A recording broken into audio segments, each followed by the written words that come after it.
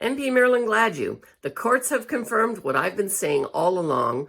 The Emergency Measures Act was a huge overreach from the government. It was a violation of charter rights and freedoms.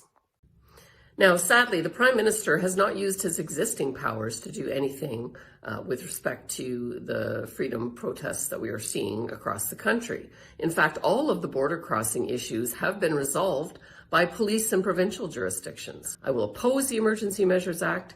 This is tyranny, absolute tyranny, and I think Canadians have had enough. And thank you to my colleague for her speech.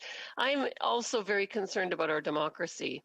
3 million Canadians have had their charter rights to freely enter and leave the country violated by this government and mandates that they are continuing to add to at a time when the World Health Organization and medical experts are saying these kinds of restrictions are not working now that Omicron is everywhere.